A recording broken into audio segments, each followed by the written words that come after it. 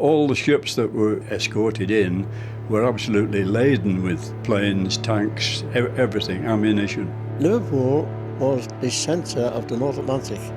Winston Churchill came to Liverpool. The port of Liverpool carried a terrible responsibility. The food for the country came through Liverpool whenever it could get through. Vital. Voyages of heroism, I suppose, that you kept them alive. Churchill said, "I'd forgotten how broad was the sea." I never did. Haunted my dreams, that water. Black. Black and cruel. A cruel sea. He said he was terrified of the U-boats. Not as bloody scared as me. They were hard to find. The very, very elusive U-boat. And when you found them, they would fight like hell. And it was either you or them.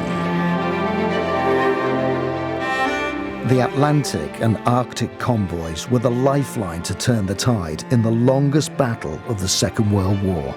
America and Canada, North Africa and Asia, Nova Scotia and Norway, Murmansk and Archangel, Scapa Flow and the Bay of Biscay.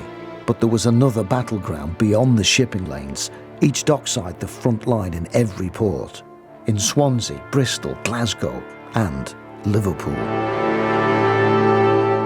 He'd signed up when he was only 14. Clever, like his dad and his uncles. The Merch. When it sailed out of December 1941, there were 5 long-range U-boats leaving the Channel ports. They were quite determined that we weren't going to get that oil. To see them men on fire in the water, all the water's on fire because the oil's on fire. And it was terrible, that was. The German submarines waged an unseen war in the oceans, picking off cargo ships with deadly efficiency until the hunter became the hunted. Masterminded here in Liverpool's top-secret Western approaches, a tactical unit of young women, wrens and a genius strategist taught the Sea Dog captains how to tame the wolves with their war games.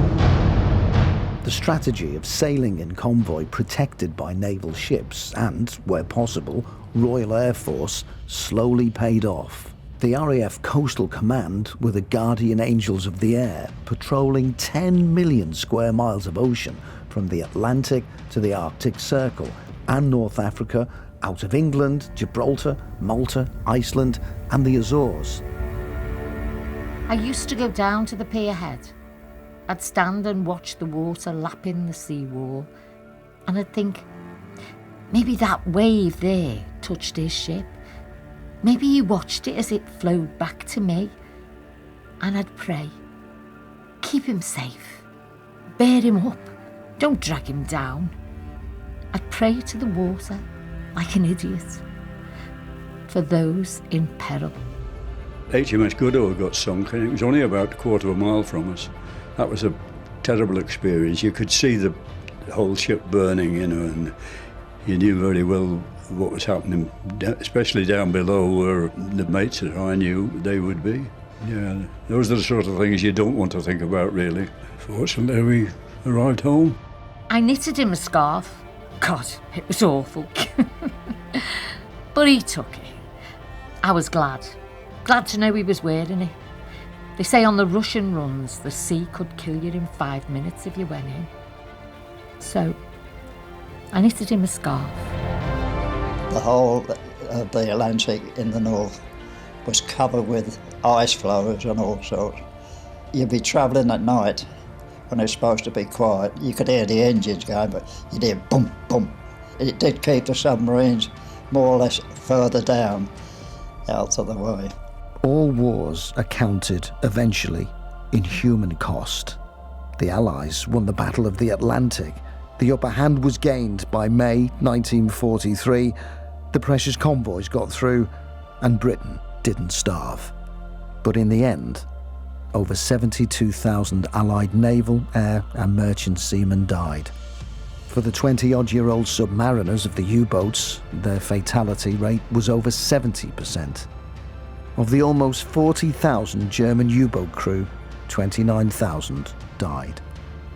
All them men, and you've seen these ships being hit, And within a matter of about 4 or 5 minutes, down they've gone. And you think, oh God, yeah. It's a bit of heart searcher when you think about it, all them men on that. And on the home fronts, on dockside, in ports, all around the world, battalions of women held the line and waited, raised their children and watched. Watched for husbands, fathers, sons, just there on the horizon.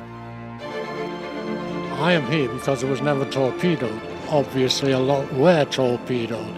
I'm just lucky the ships I was in managed to get away with it. It's the standing there waiting for us to come. Once you're in action, you forget all about it. You're defending your life, you're looking for your life, and you're thinking of the rest of the crew, you think you're going to save them as well. Mine was a small part of the same as everybody else was giving then. It was just a job. It was just a job. How broad is the sea? How cruel is the sea? How many tides turn till he comes home to me? A lad is 12 months older than myself, and that's what I appreciate. The fact is that he's gone and I lived. It's called The Valiant, and I have a picture of it on the wall. And when my grandson was about 3, Ken and all the men were on the side of the ship, but he couldn't recognise. And I'd say to him, "There's Grandad, 3 to the left." And he says, "Nanny, there's my Grandad." How long till he comes home to me? Combien de temps jusqu'à ce qu'il rentre chez moi? How long until he comes home to me? Jak długo, zanim on wróci do domu, do mnie? Wann kommt nach Haus zu mir? I have no little family, but I wish my hubby, he was a good man. How long till he comes home to me?